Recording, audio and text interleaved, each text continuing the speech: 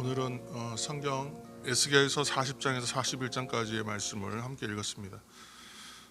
저희가 계속 온라인으로 예배 드리다가 오늘부터 이제 현장 예배 같이 이제 다시 시작했습니다. 하나님 은혜로 참 감사하고 저희가 기도했던 대로 이제 산불이 잘 또 마침 잡혀서 다행스럽고 계속 이제 전쟁을 좀 그치고 평화가 올 수 있도록 함께 계속 기도했으면 좋겠습니다.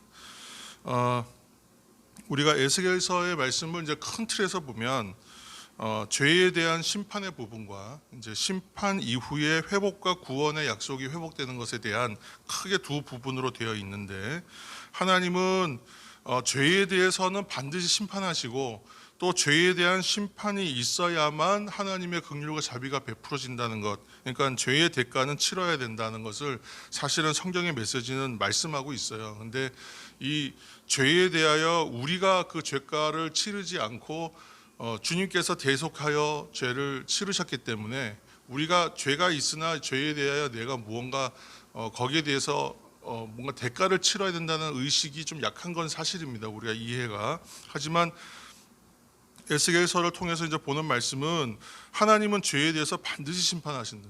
그러나 그 후에는 언약하신 대로 죄인을 구원하시는 하나님이시다. 그러니까 그러면 중간에 죄가 있으면 심판받고 심판으로 인하여 심판받고 나면 어떻게 구원이 있을 수 있느냐? 근데 그 하나님 어떤 분이시냐면 심판 가운데도 긍휼을 베푸시고 자비를 베푸시는 하나님. 그래서 항상 남은 자가 있다는 거예요. 그러니까 성경에 이제 그렇게 또 관점으로 이해하면 또 새롭게 볼 수 있는 부분이 있습니다.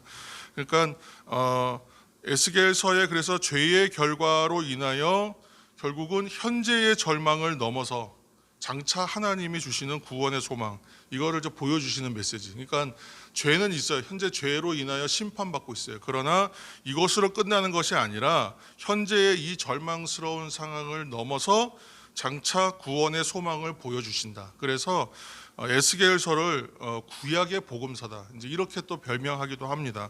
그래서 이스라엘의 회복에 대한 말씀이 이제 계속되고 있는데, 첫 번째는 이제 목자가 회복된다 그랬죠. 그래서 하나님이 친히 내가 목자가 되어 이제 회복하리라, 이렇게 시작하고 땅을 이제 하나님께서 구속하여 회복하시고 그 산을 이제 산들에게 말하라, 예언하라 이러면서, 그리고 이제 오늘 그 읽은 부분, 그러니까 그 하나님께서 목자가 회복되시고 땅이 회복되고 삶의 터전이 회복되고 백성들이 회복되고, 그리고 나면 이제 무엇이 회복돼야 되느냐? 눈으로 가장 가시적이고 피부로 와닿는 것이 뭐냐면 성전이 회복되는 거예요. 예루살렘 성읍이 회복되고, 새 성읍이죠. 여기는 예루살렘이라고는 말하지 않아요. 그러니까 어느 곳이라고 말하진 않지만 이제 사람들은, 그 당시 사람들은 분명히 예루살렘이 회복되는 것이라고 여겼을 거예요. 두 번째는 성전이 회복된다고 얘기하는 거예요. 그래서 오늘의 이 말씀의 부분이 바로 새 성읍과 새 성전 환상이라고 불리는 부분입니다. 특별히 40장이. 그래서 하나님이 스스로 목자가 되시고 땅을 회복시키시고 백성을 회복시키시고 이제 성읍과 새 성전을 통하여 하나님께서 예배를 회복시키실 것이다 라고 이제 말씀하는 부분으로 확장되어 가고 있는 거예요. 그 심판 이후에 하나님의 회복의 약속이 주어지고 있는 것입니다.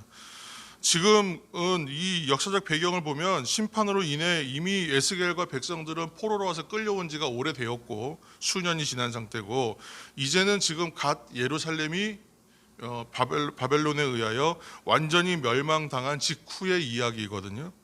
그러니까 이것이 절망할 수밖에 없는 거잖아요. 그 이미 자기의 삶의 터전과 돌아갈 곳이 이미 사라졌어요. 그런 상태에 있음에도 불구하고 새 성읍, 새 성전 환상을 통해서 심판 중에도 하나님은 긍휼과 자비를 베푸시고 반드시 그 약속하신 언약을 지키시고 그것을 회복의 메시지로 주시고 계시다는 것을 우리가 오늘 본문을 통해서 발견하게 되는 것입니다. 바벨론 포로 생활 이후에 반드시 귀환이 있다. 그러니까 바벨론 포로 생활은 거쳐야 되는 거예요. 왜냐하면 죄에 대한 대가를 치러야 하기 때문에. 그러나 그 가운데에서도 하나님은 지금 긍휼을 베푸셔서 생명을 보존하셨고, 예루살렘의 남은 자들이 잘된 것이 아니라 끌려온 사람이 잘된 거라는 것은 이미 우리가 뭐 예레미야서나 이런 말씀을 통해서, 이사야나 그런 말씀을 통해서 이미 확보하고 확인하고 있었죠. 그러니까 궁극적으로 하나님께서는 이 큰 패턴 안에서 말하는 언약 백성을 보호하시는 하나님, 곧 정의의 하나님, 정의와 공의의 하나님 죄를 반드시 심판하신다. 그러나 그 가운데서도 긍휼을 베푸시고 구원과 회복을 주신다. 사랑과 자비의 하나님. 이 두 가지의 모습이 다 드러나는 것이 지금 말씀을 통해서도 확인되고 있다는 것입니다. 그러니까 죄에 대한 심판은 공의의 하나님이심을 보여주시는 것이고, 구원의 은총은, 사랑은 자비하신 하나님을 보여주는 것입니다. 그러므로 구원의 은총을 위하여서는 반드시 죄에 대한 심판이 있다는 것을 기억해야 합니다. 그 대표적인 것이 예수 그리스도께서 우리를 위해서 죽으신 십자가 구속 사건은 두 가지 모습이 다 있는 거예요. 죄에 대한 심판과 동시에 죄인된 우리를 향한 하나님의 사랑, 이 두 가지 모습이 교차돼서 그대로 보여지는 장면입니다. 자, 이제 그리고 나서 41장에는 이제 성소와 지성소, 성전 내부에 대한 조감도예요. 이게 지금 말로 읽으면, 저도 지금 말로 읽으면서도 되게 어렵잖아요. 근데 이게 머릿속에 그려지기 너무 힘들잖아요. 그래서 이 학자들이 이 내용을 판단을 해서 그려놓은 조감도를 제가 어저께 봤어요. 이미 뭐 학교 다닐 때도 봤지만 봐도 잘 모르겠어요. 그런데 이제 그 구조를 보면 좀 다른 것이 있는데, 이전에 모세에게 주셔서 아니면 그 이전에 주셔서 그 솔로몬 성전의 식양대로 만들어졌던 그 성전 조감도하고는 뭐가 다르냐면, 성전 기구나 이런 것에 대한 설명이 거의 없어요.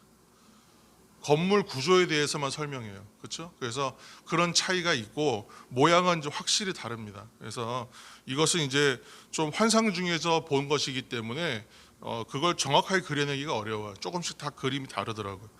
아무튼 근데 이 회복되는 이제 성전의 의미가 무엇인가를 우리가 아는 것이 더 중요합니다. 그래서 오늘 이제 회복되는 성전이 회복된다는 것은 두 가지 의미가 있어요. 첫 번째는 하나님이 임재하시는 것이 회복된다. 하나님의 임재하심, 곧 하나님께서 임재하셔서 함께 하시는 그 장소가 회복된다는 의미고, 두 번째는 성전의 의미는 뭐냐면 죄인들을 하나님께서 만나 주시는 거잖아요. 그래서 죄인들을 하나님께서 만나 주시는 것이 회복된다는 거예요.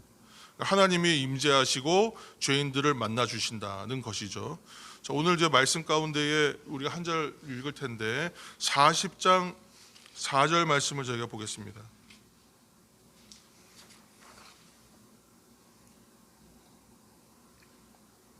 40장 4절.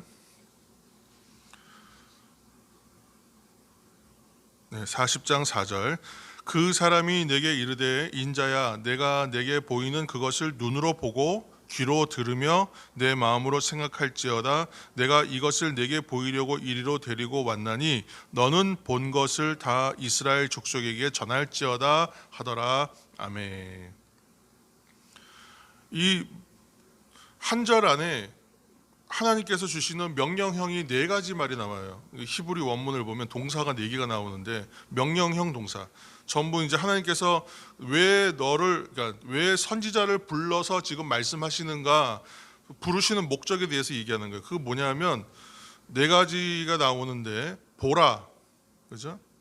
너는 잘 보고, 내게 보이는 그것을 눈으로 보고, 귀로 듣고, 들으라, 그죠? 그 세 번째는 본 것을 잘 보아 두었다가, 기억하라는 의미인데 잘 새겨 두었다가, 잘 저장해 두었다가, 그리고 나서 백성들에게 가서 다시 말하라. 네 가지입니다. 그러니까 부름받은 자의 사명은 이 네 가지 단어로 표현돼요. 그래서 보라, 들으라, 잘 두라, 그리고 말하라. 그러니까 내가 지금 보고 들은 것으로 우리가 만족하는 경우가 많습니다. 기도할 때도 보여주옵소서, 들려주옵소서 해요. 근데 그것을 들었잖아요. 그럼 그거 잘 간직해야 돼요. 내 것으로 소화하고 나의 은혜로 갈무리해야 되는 거예요.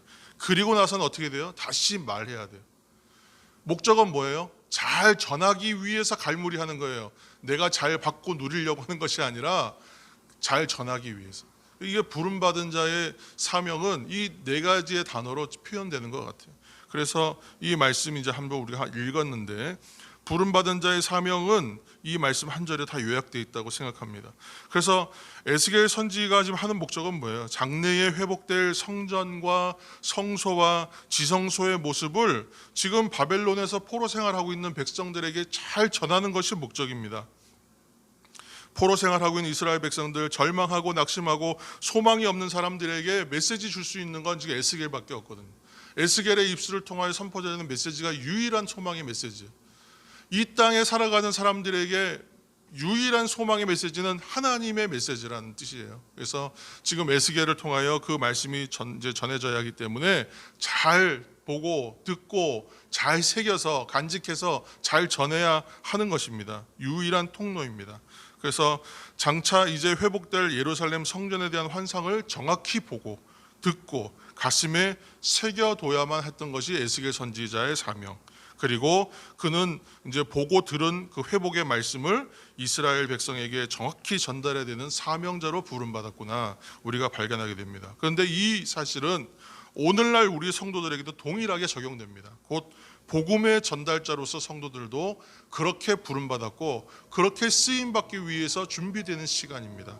그래서 보고 듣고 새기고 말할 수 있는, 보고 듣고 새기고 말할 수 있는, 이거 꼭 무슨 CF에 나온 얘기 같은데, 보고 듣고 새기고 말할 수 있는 성도들이 다 되시기를, 또한 이 하루가 되시기를 예수님의 이름으로 축복합니다.